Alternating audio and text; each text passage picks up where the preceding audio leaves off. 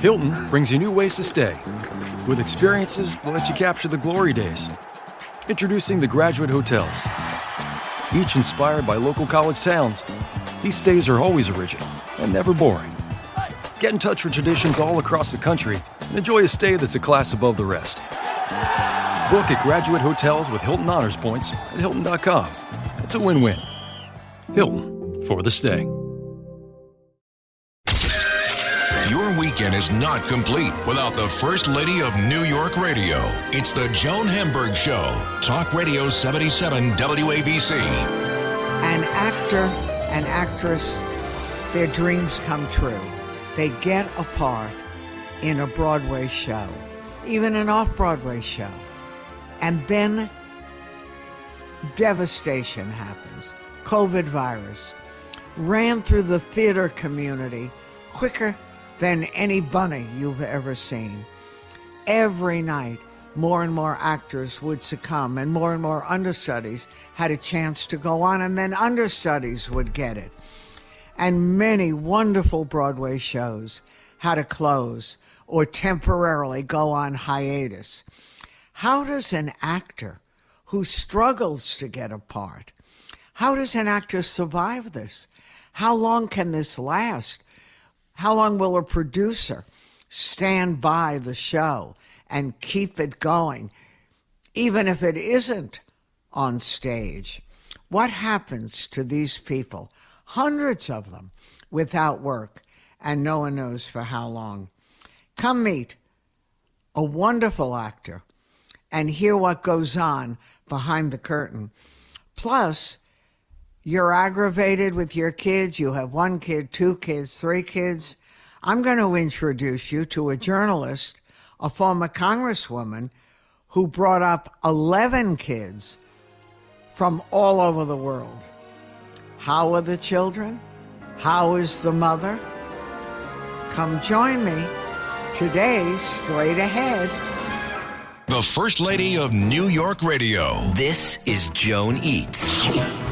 During these difficult times, a lot of us are spending more time in the kitchen. I know that we're baking and we're eating cookies. We're looking for new recipes. I worked with a woman for many years, Muriel Soma, and she loved a cookie called mandel bread. She grew up with it. And I did not grow up with this, but I remember hearing about this traditional twice-baked cookie. A lot of Jewish household loved it, served it, made it. And someone told me about a woman, a new company based in Brooklyn, baked goods company, called Wandel, Wandel. And that is a woman called Stephanie Berlin's mother's recipe for now 2022 mandel bread. They bake it once instead of twice, and it represents all cultures.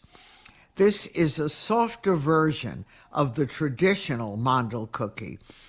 And Stephanie did a lot of research, and she found that many cultures love this kind of cookie. It's eaten by all kinds of people. She talks about using this mandel bread to unite people, to remind us that we're more similar than we're different. She sells it in loaves or smaller portions she called bites. They come in milk chocolate, dark chocolate. Bites are $10. 14-ounce loaves are $18. Totally nut-free, with flour, sugar, butter, eggs, vanilla, baking soda, and chocolate chips. Go to eatwandel.com, and she ships all over the country. She can do pickup orders in the New York City area, and I think you're really going to love it. So check it out, something delicious with coffee and tea and homemade. It's good. Enjoy it. Llévate más de lo que esperas todos los días con el nuevo McValue en McDonald's. Ahora puedes comprar uno y sumarle otro por $1. Así que cuando tu equipo favorito enfrente a sus rivales, enfrenta a tus antojos con $5 Meal Deals. Y si estás corriendo para alcanzar el desayuno, corre al app para llevarte ofertas antes del cutoff. Tú decides, y con McValue, tu decisión siempre rinde más. Precios y participación pueden variar. BOGO $1 válido para un producto de igual o menor valor. Debe estar registrado en Rewards para ofertas en el app. Taking you behind the curtain. It's the Joan Hamburg Show. Talk Radio 77 WABC. A while ago, I was really excited to hear that Mrs. Doubtfire was coming to Broadway, and included in the cast is one of my favorite actors, Brad Oscar, who has a juicy, funny, wonderful, touching part in this show. And I'm sure that Brad was happy. It was a great part. And then, of course, our worlds fell apart with COVID. And the theater, which was rebounding from, you were coming into cold weather, people were leaving. We thought that maybe this virus was behind us, but instead it was ahead of us.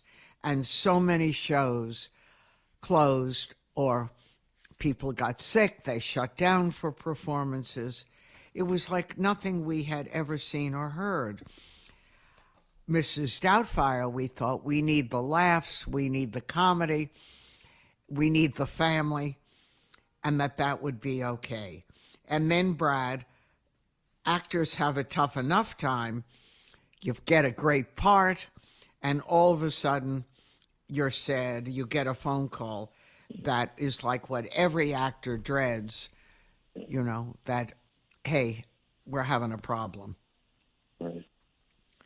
So Yes. When did that happen again? Because we went to see it, we laughed, the audience loved it. Yeah.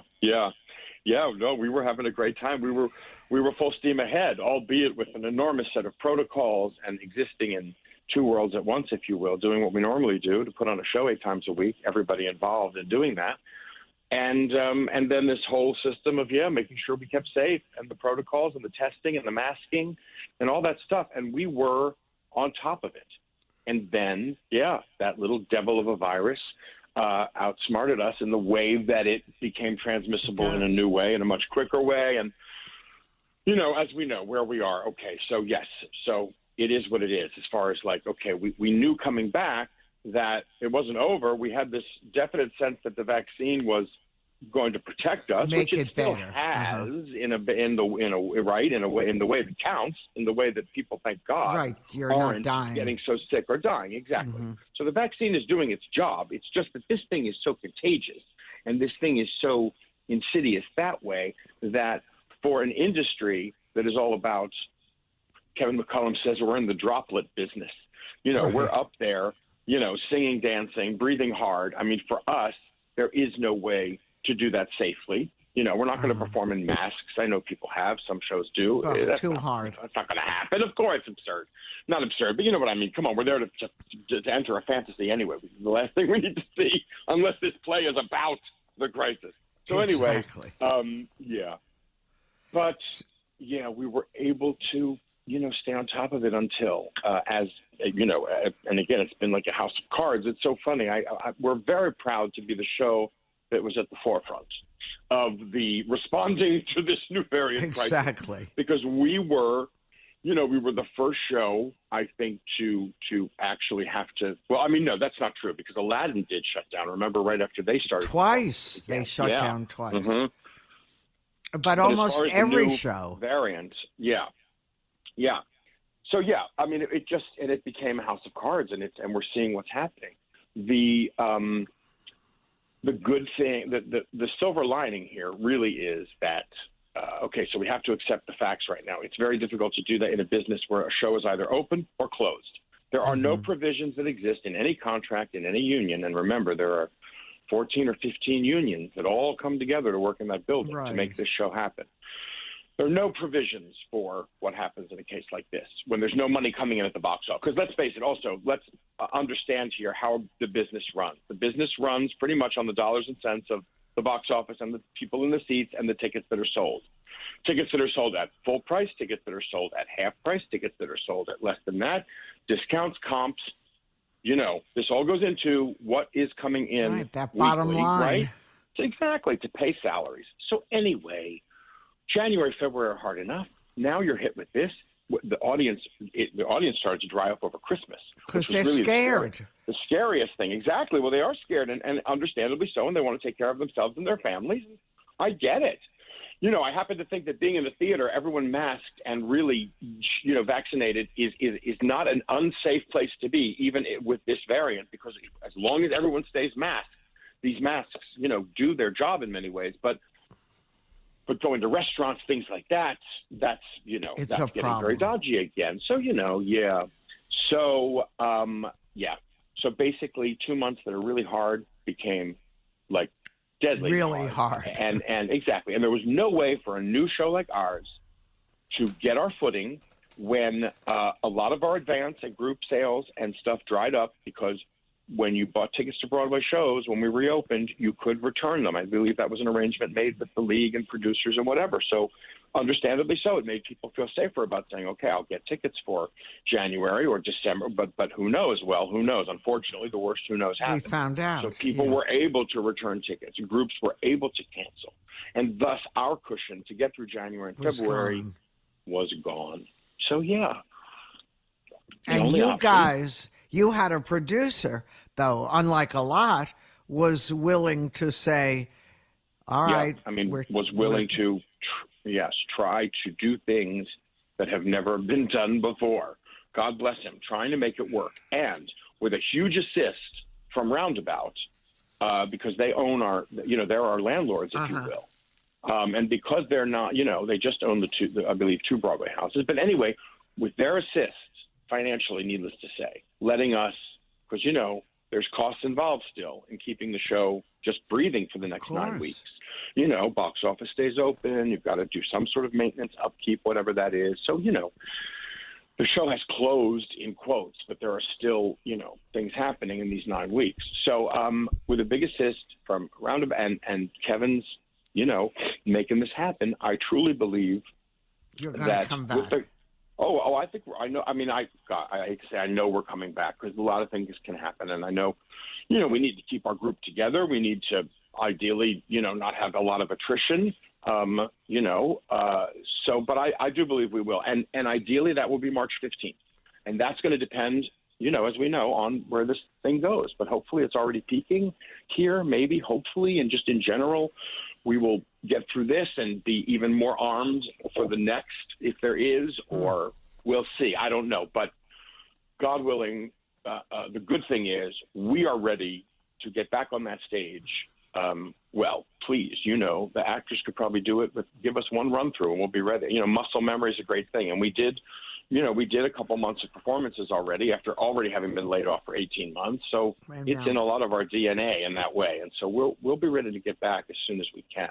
Right. And your group, there's about 120 of you, including all the people who make, most people think of actors, but show is a lot more than an actor. It's sure. a Well, huge from the minute, look at from the minute you walk in the door, especially today now when you have your COVID safety team who's doing the vaccine checks, who's doing all that stuff.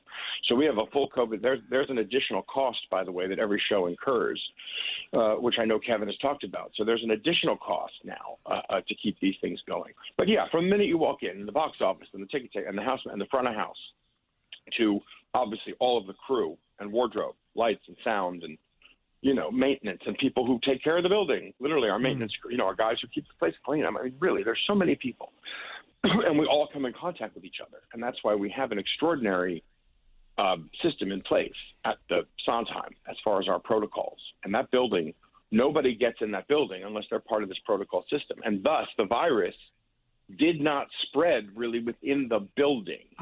It was more exploding in our outside world. And then people bringing, in that, but much of our testing was showing, would show 2 days before you were infectious or whatever, So anyway. Now I'm curious. I'm talking to Brad Oscar, one of the stars of Mrs. Doubtfire, and you've seen Brad in so many Broadway performances. one major show after another, including the producers. Now you have a big group, 120 people to make this show. What happens? Can you guys get unemployment, or you already were out of work for over a year? So what do most people do? Do they wait, hopefully, until March? Yeah. Well, I mean, here, it's only, I say only, it's 9 weeks, okay? So that's 9 weeks. It's a chunk of time. It's 2 months. It's, let's face it, there's not a lot of opportunity elsewhere right now. So it's not like, as far as actors go, crew is different. Remember that they are able to bounce around in ways that we cannot. Musicians can bounce around in ways that we cannot. So there are other opportunities for other disciplines. But I think for the acting company, I don't see a lot of us getting other gigs that we're going to leave for if indeed, God willing, we come back March 15th. Right. So, you go on unemployment. You try to pick up other work that you sometimes can or do in your downtime. The odd, funny thing is, I'm used to my downtime. I'm used to my windows of being unemployed. Most actors who are lucky enough to call themselves working professional actors are also very used to downtime. Right? Months. My God, believe me, I've had my lean years. Even recently or so, I had a year where I swear to God, I think I worked, I don't know, for 8 weeks or 10 weeks of the year, really, 2 different gigs. It just did, it was what it was, and blah, blah, blah. And so, anyway, we're used to not working at time. It's part of the gig. You go from job to job, and they don't all line up back to back. And then what do you do? I mean, you've been a working actor for at least 30 years. Yeah. So when you have downtime, I mean, beside this hideous virus, right. What do you do? Well, I mean, I try to just keep living my life. I do things. Right. Again, the virus right now complicates matters. Okay, so I would say to you, normally I would say, when I'm not working, well, I can do things. I can see friends. We can go to dinner. I can go on vacation or go away for the weekend. A lot of things we're not going to do right now anyway because of what's going on. But I can live a life that includes people outside my circle who live normal lives, meaning they're free at night and on the weekends, and I work at night. Which you never have been, exactly. So I like to take advantage of that opportunity to be able to live that part of my life. But right now, again, right here in the city, we're out of this time again, so not going out too much. Believe me, I'll get by. I'll go visit my folks in D.C., probably spend a little time down there just to see that, to have the opportunity to do that. And hopefully, again, if it all works out, we'll be back in 8 weeks. I'm sure we'll start the week before to get it back on its feet. Right. And you know, because even when you started in the crazy business, you started as a swing, as an understudy. I did. So you, more than a lot of people, can look at all these understudies who for a moment were all working because everyone that they were understudying got COVID. Yeah. No. So you've been there. Thing about the one extraordinary thing about what has just happened in the last month of Broadway that was spurned by, of course, and started by a silly comment from someone in the industry, is the respect and admiration, recognition, and for a lot of people, total understanding for the first time of what an understudy and a swing, especially. No one really knows what a swing is. I mean, a lot of people know, but you know what I mean. A swing is not a common understudy. People understand what that term is. But anyway, explain, Brad, for those who don't know. For those who don't, a swing. An understudy usually is going to refer to someone who is in the ensemble or the chorus, as people will refer to it, but we refer to it as the ensemble. Someone who is in the ensemble, not a principal role, who covers a principal role. So in other words, they will step out of their ensemble track and they will play the lead role. They will play my role. They will play Frank Hillard in Doubtfire, but usually they're in the ensemble. So they're an understudy, basically. A swing is someone who is not on stage unless, because they cover the ensemble. And those, so in other words, the understudy who's going on for me is then going to be replaced by a swing. We have, we now have a couple more, thank God. Mm-hmm. We have 3 men and 3 women off stage who are swings. They, amongst them, And they're responsible for principal roles too. We have an extraordinary group of people. Every show has an extra, because you know what, you hear every time someone does a show, wins an award, it's the best cast. It's the best company I've ever worked with. It's the greatest group of people. You know why? Because every time on Broadway especially, it is. These people are top of the shop. So every show that you're seeing, that's the depth of talent and ability. And that's been on display. So anyway, a swing basically then covers all those ensemble tracks. And then, as I said, sometimes a principal role too. So it's a huge responsibility. It's a huge amount of material to keep in your head, you know, and depending on the show, you know, a show that's very dance heavy, you know, a Susan Stroman show, my God, that's a lot of information. Well, I'm talking to Brad Oster, one of the stars of Mrs. Doubtfire, and we're talking about almost every show. There are lots of things that are still up. Well, I wouldn't say lots, but there are. But Mrs. Doubtfire taking a break until March 15th. So it's closer than we think.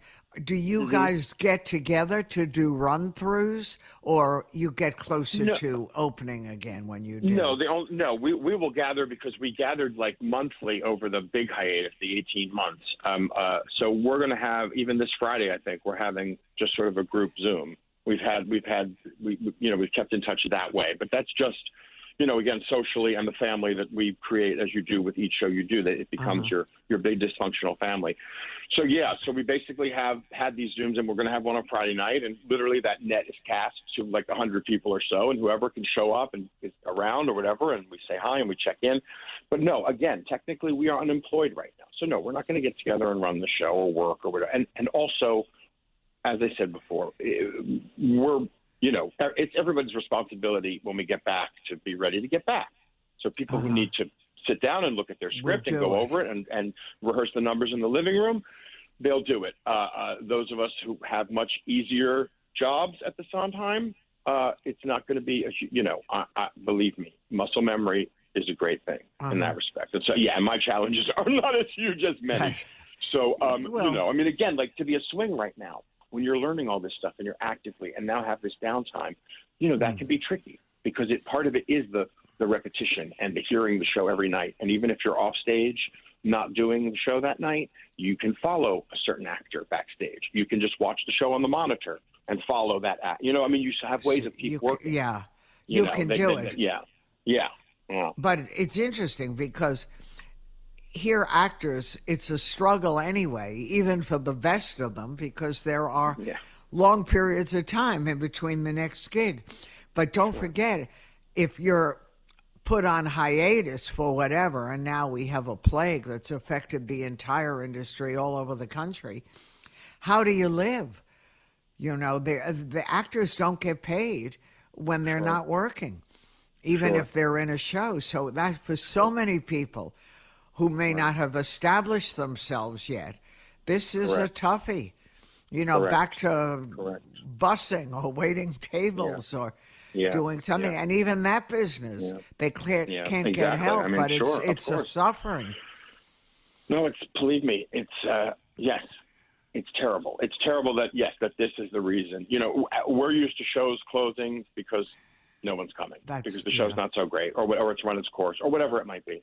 But this show, and many shows right now, no. The only reason they're closing is because our audience has dried up again in that way. You know, God willing, it's coming back sooner this time than it did last time, because of where we are and what we know is going on. So, you know, we're hopefully not in this for another long haul. That would be just disastrous. And yes, but it is. It's hard enough. And this, and now with these whole set of circumstances, it's just, it's crazy. Well, we're going to be positive and make sure. Exactly. I really am. I'm trying to stay optimistic and think that, you know, this will pass sooner than later. And there will be, sadly, there is loss and attrition. I mean, there already has been some great shows that deserved, obviously, more time on a Broadway stage. You know, that is sad. That is sad. But big picture, you know, we're going to get through this and find some, you know, new place to hopefully settle and make it all work. All right. Well, Brad, we wish you and the whole crew all the best. We look forward to seeing you back on stage in March. And meanwhile, enjoy your family. Thank you, Joan. Do something it's always great special. Speaking with you. You too, honey. We're with all of you. And thank you so much. We're going to take a break now, but don't forget, and you can buy tickets now. And we've got to be optimistic. Broadway is the heart of this great city. It's what keeps tourists coming here. It's what keeps us all sort of sane. So, as they say, from Brad's mouth to God's ear. And we're all ready to roll. All right. Yes. All the best to you. Thank you. Take care. I'm Joan Hamburg, and you're listening to WABC.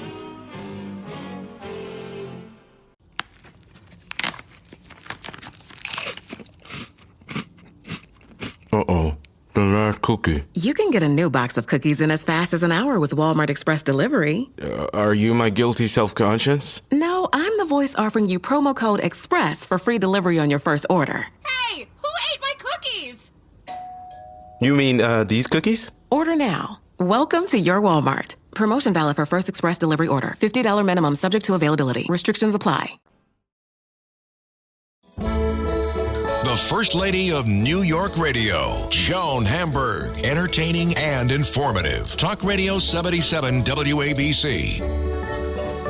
I just finished reading a really amazing book, and during these times, I'm telling you, it is inspirational. It's going to make you feel good, and it's going to question a lot of things, and a lot of things that occur in families. I'm talking about Marjorie Margolies' new book, And How Are the Children? Marjorie was a member of Congress from Pennsylvania, a journalist for almost all of her grown-up life. She's a woman's right advocate, and she's a mother. I lost count somewhere along the way, but at least 11. And many of you will remember, I'm taking you back a long time, when Marjorie, as a journalist, was covering Korea and other places in the world. And she then, a young unmarried woman, ended up adopting a child, a foreign child. That's something that was really quite startling then. And Marjorie, if you recall, also was the vote, the deciding vote in favor of President Clinton in 1993 in his budget. And in a way, it hurt her political career and certainly helped his. So, and I've known Marjorie, I have to tell you, a long time, but our paths crossed through journalism. But Marjorie, you lived in Philly, you lived in Washington, you were not a New Yorker. So we knew each other through work, the way you know people who are in your world, but we weren't friends at that time. I have to tell the story. I will tell the story. Our children were really good friends. Did they room together? I don't think they roomed together, Brad. Yes, they had one of those houses when they were all in it together. Right, yeah. Coincidence that it was your daughter and my daughter. We didn't set them up, and we didn't know. And my daughter kept on saying to me, you got to meet Joan. Joan, come on, you got to meet Joan. Joan's the person for you, etc. And I am driving from Philadelphia to Washington. Remember those days where we didn't have cell phones or anything? Right. And I find your radio program. And you say, I'm waiting for a call from my daughter, who just returned from visiting her friend. Now, your daughter is in Japan. Right. Just returned from visiting her friend Lihei, and we're going to be talking about the visit. And I'm thinking, holy moly, that's my kid. And she's in Korea, your daughter, then. Right. She was in Korea spending part of her junior year at Yonsei University. And when I got to Washington, of course, the first thing I did was call you, and we've been friends ever since. Right. Isn't that fun? And Marjorie had said to me, I can't believe this, because I have tried to get hold of my daughter, and I couldn't get her. And there were all kinds of things going on in Korea then. Demonstrations, right, yeah. Demonstrations and kids, and you were really worried. And suddenly in your car on the radio, you hear me say, my daughter Lizzie was visiting her friend Lee-Hae in Korea, and you almost went off. Isn't that wild? Yeah, a coincidence. You called me, and that was it. We've been friends ever since. But explain, and how are the children? It's your story. But let me tell you about the title. I started an organization called Women's Campaign International because I headed our delegation for the Fourth World Conference before most of you were born, except Joan and I were definitely alive in 1995. And when I got back at the White House, they said, basically, we got to get more women to the table. So I started this organization. Actually, at Annenberg, the University of Pennsylvania, gave us our first big grant. And when you travel around the world, you pick up all these wonderful phrases. The Maasai warriors do not say, so how are you?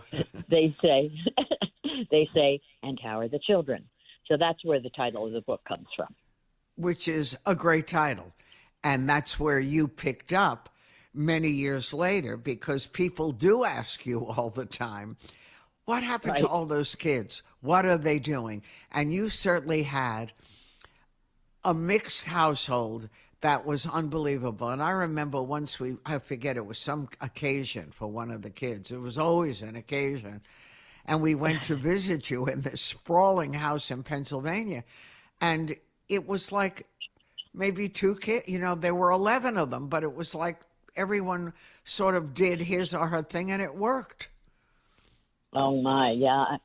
And one of our kids, who no longer, unfortunately, is with us, boy, do I miss her, Holly, was huge character, huge, half Vietnamese, half American. She would walk into any kind of dinner party, and she would say, are we going to adopt any of these people? And she was just great.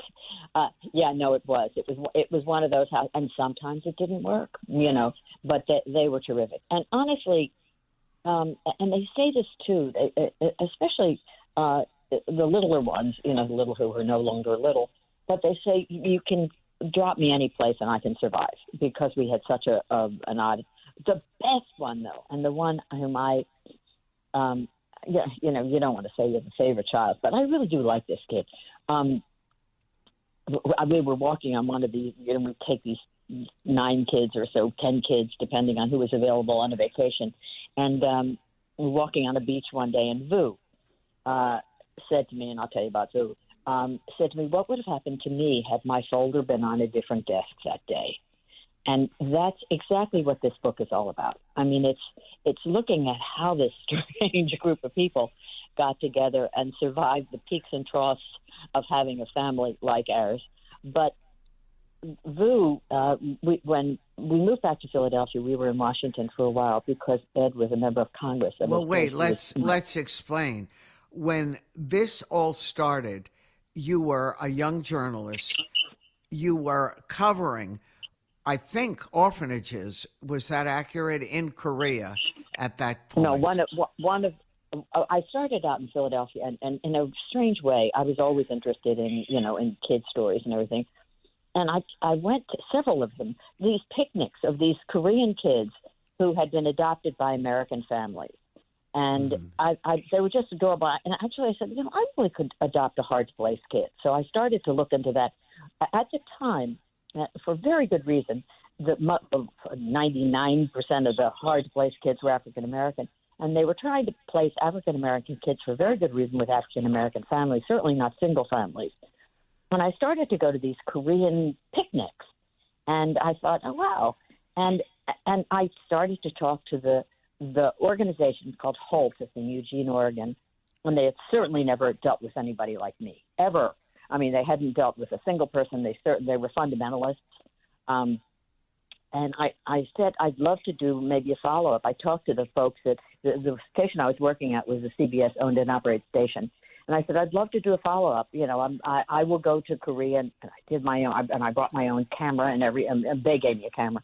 And that's how it started. I went to Korea to do a follow-up on these orphans who at the time were coming into the United States in numbers that not anymore, that were quite amazing. And that's how it started. And I got there. I had papers. I had, the people in Philadelphia were wonderful. They did a home study. And I got there, and as I was ready to leave, the person who ran the orphanage there, who was a gem, called and said, "We've picked a little girl for you. Would you like to meet her?" And she was considered, right, hard to adopt because she wasn't a baby. And most people wanted infants. She was 7. And, right. and Lehigh, she walked over and she didn't speak any English. She said, "How do you do?"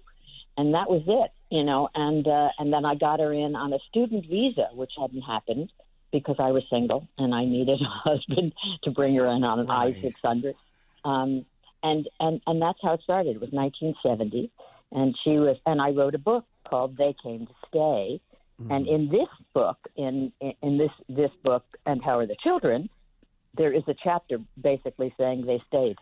And Lehigh. I mean, Lehigh is just one in a trillion. Right, amazing. She really is. And she hates for us to talk about her, but too bad. She's terrific. She has 3 kids. 2 have graduated from college. It's hard to believe, and 1 is in college.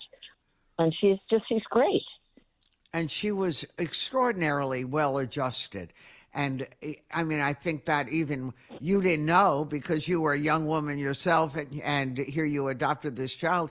And it was like, wow, this is not so hard. She just, right, was like a duck in water. Whatever it was, she went with it, this kid, and made it work. She really did, and she, immediately she was easy. She, I can remember going to pick her up at her school afterwards, and the kids came. This is like 3 months into her being here, and the kids came out and they said, "Mrs. DeSantis told us not to laugh when Lehigh read because she doesn't. English is not her first language." And then one of the kids said, "And she's the best reader in the class." And that's what Lehigh was. Yeah, Lehigh just worked, and still does. At everything she does. And ultimately, each one of the children has a story.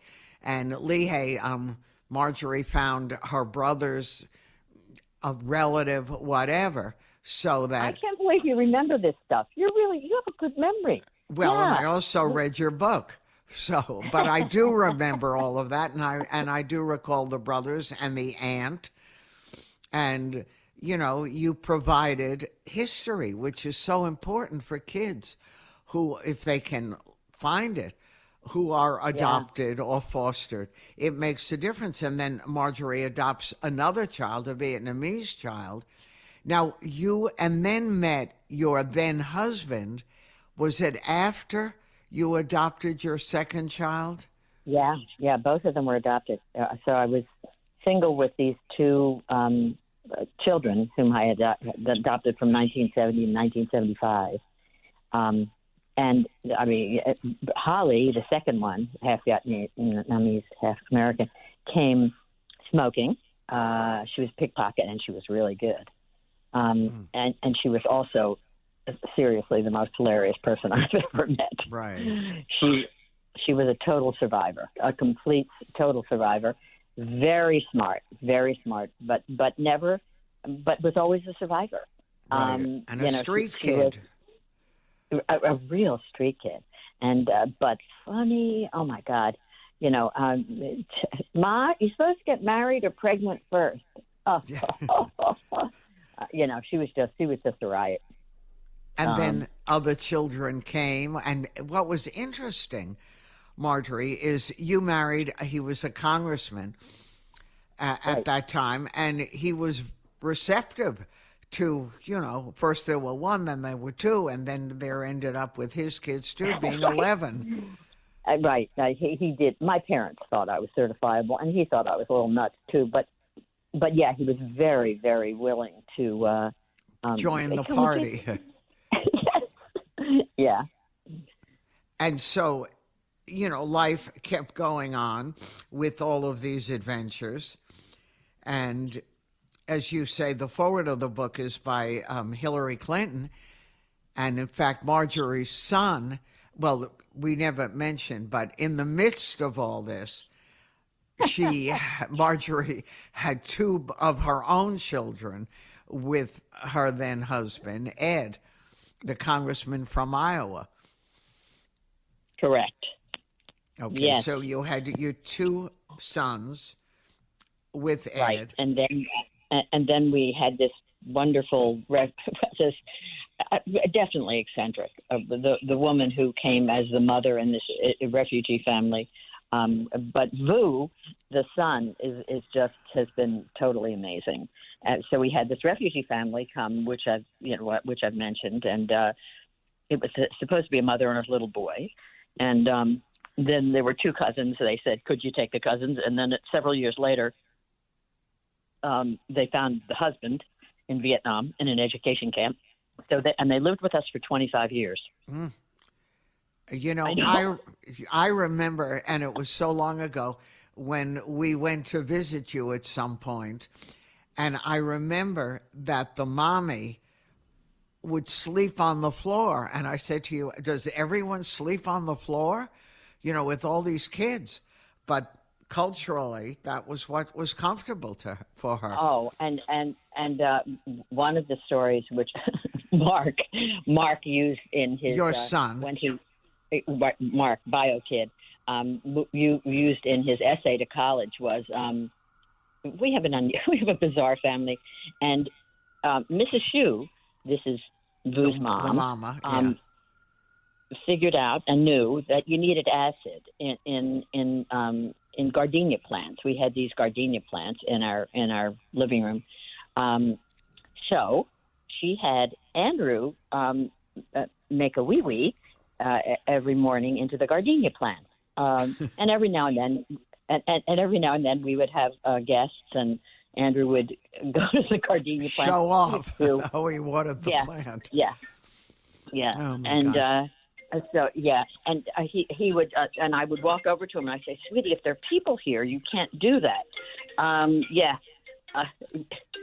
right. Well, yeah. We have to have you hang up your phone.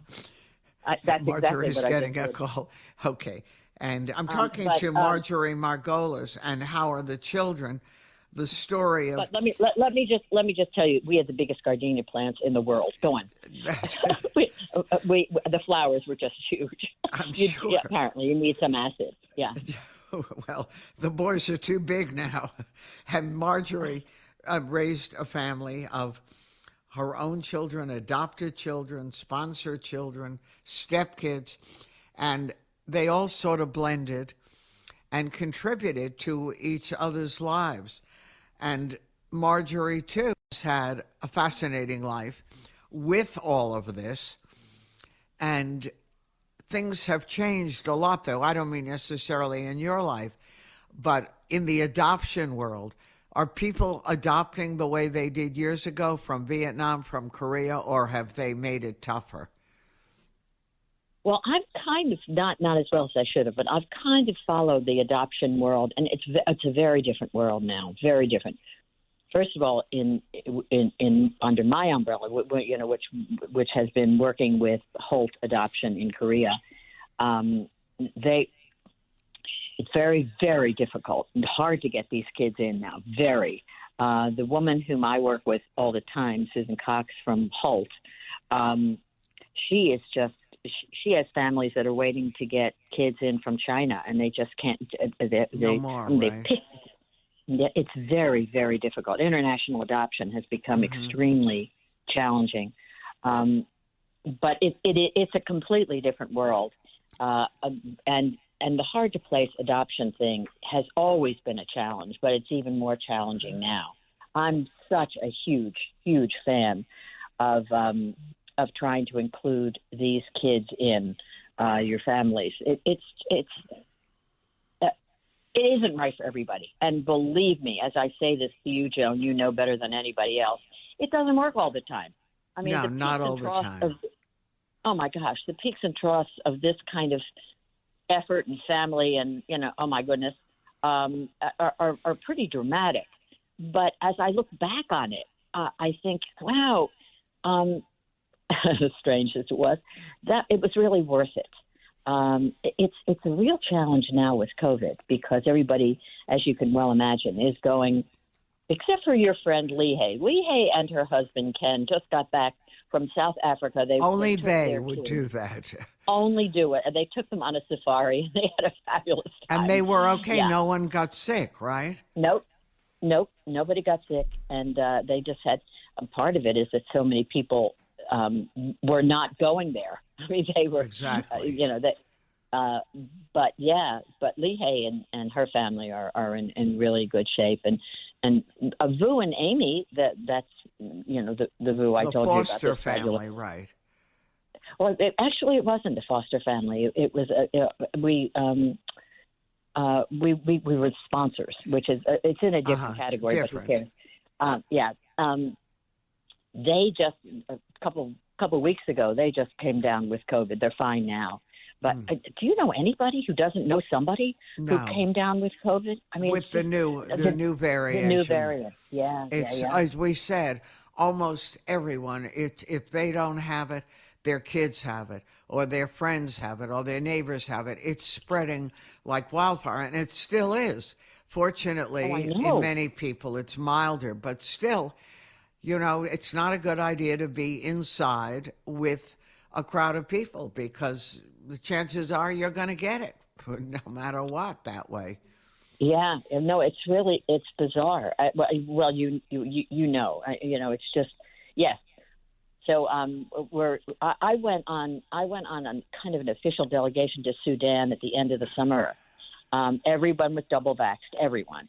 And we met with the president, vice president of both South and North Sudan. Although if you've been following that, it's a mess there now. Big mess. Half of us were former members and half were businessmen, and 6 of us came back with COVID. But the other, the Delta variant, and I highly recommend you're staying away from it. Right, but that's a bad one. Your wonderful daughter, Leahy, said your daughter just has been. She went to visit you, and she said it was just extraordinary how careful you and Liz were, and Liz, I know. I mean, don't forget, works in a business that deals with a lot of older people. Tech for older people, and she is so aware of the danger of her spreading it. So they are really careful. You walk into my apartment, and the front table looks like a hospital waiting room. There are masks and all kinds of stuff. And tests. And right, yes. Well, no, I mean, you can imagine how careful the Chappaqua group, Mark and Chelsea, and the kids are with Bill and Hillary. I mean, they're very, very careful. Right,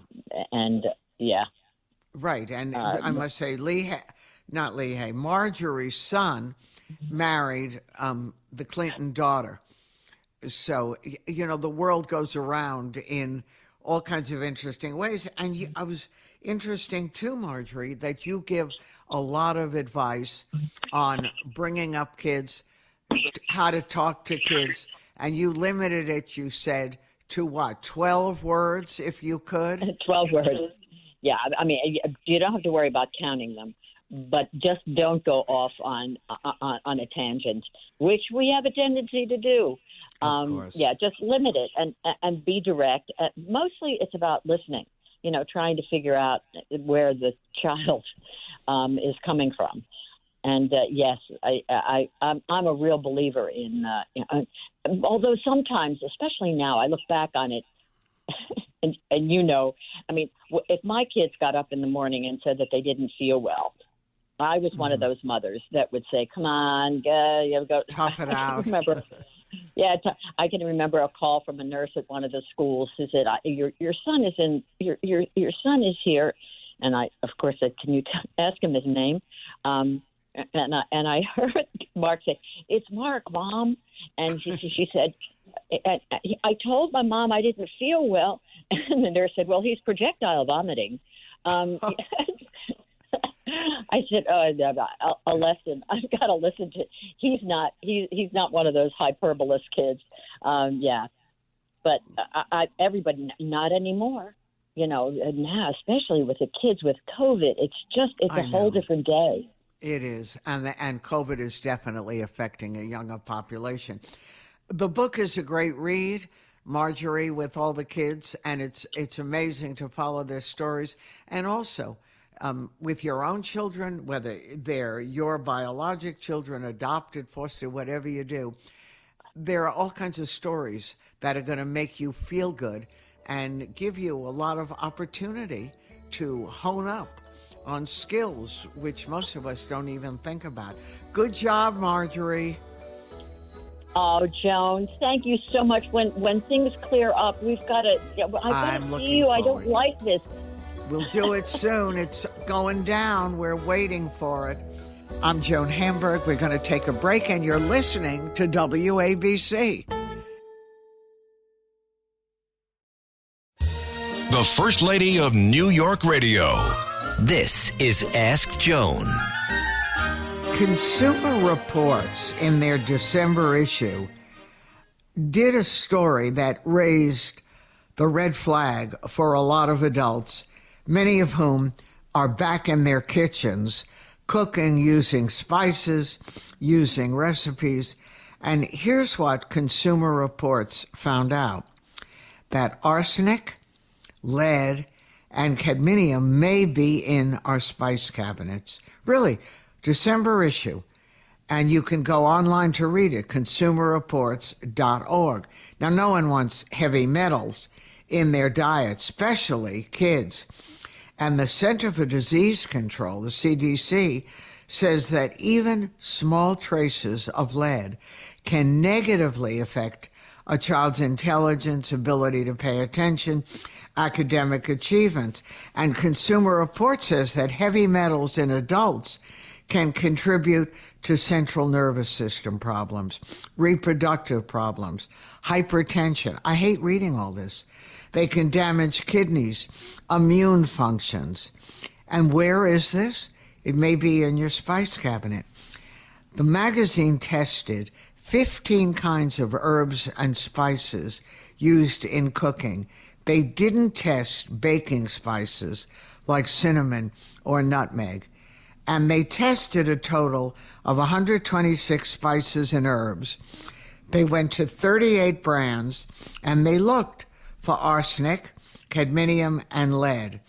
They looked at store brands and private label brands like Great Value, Walmart's, McCormick's, Spice Islands, Costco, Trader Joe's, and they show that out of 126 products tested, 40 in total had high enough levels of these findings of lead, of cadmium, of arsenic to pose a health concern for kids in a typical serving size. 31 products had such high levels of lead, they exceeded the maximum amount that anyone should consume in a day. Now, the good news is that 7 of the 15 brands didn't have any concerning levels of metals. And these 7 were black pepper, curry powder, coriander, saffron, white pepper, and garlic powder. Also, none of the spices tested were contaminated with salmonella bacteria. You do have choices. Consumer Reports had a complete list of safe, no-concern products on their website. There were only 2 herbs, thyme and oregano, that Consumer Reports found no brand that was considered safe. All the thyme and oregano products had concerning levels of heavy metals. Other spices found at least 1 product that fit in their no-concern list, like basil and ginger. And by the way, if something is labeled organic and doesn't mean that the product is less likely to contain the metals, like Trader Joe's organic ground cumin made the list of concerning products. So what can you do? I was not happy to read this. It's now time of year when we do not necessarily have herb gardens or fresh herbs. But here's the first thing. You can grow and try your own herbs, particularly oregano and thyme. You don't have a garden, you live in the city, or you live in a place where there's no access to outside space, put an indoor thing on your window box. A lot of supermarkets now sell small potted herb plants you can grow right there. Wegmans has organic thyme plants for $2.98. You can also, on Amazon, get Planter's Choice Indoor Herb Garden Kit, $34.99. You get 9 reusable pots, 3 nutrient-rich soil discs, 9 bamboo markets, and 9 packets of premium seeds, including all the good herbs that you like: thyme, oregano, basil, dill, parsley, cilantro, all of them. They're good. And check their list and get the ones that you know are not going to harm you. I mean, we don't need bad news now, but the thing is, you can do something about it. And if you're using a lot of these products and you've got young kids, you really should pay attention and be careful. Okay, guys, we're coming up to the 3 o'clock break. Thank you so much for sharing the Joan Hamburg Show. Don't forget, you can find us on Facebook, on Instagram. Go to our podcast. This show is podcast every week. And we've got another podcast called Let Me Tell You. And I love that you're all part of it. So every Sunday at 2 o'clock, we gather together. Enjoy the rest of the day. I'm Joan Hamburg. Thanks so much for joining me.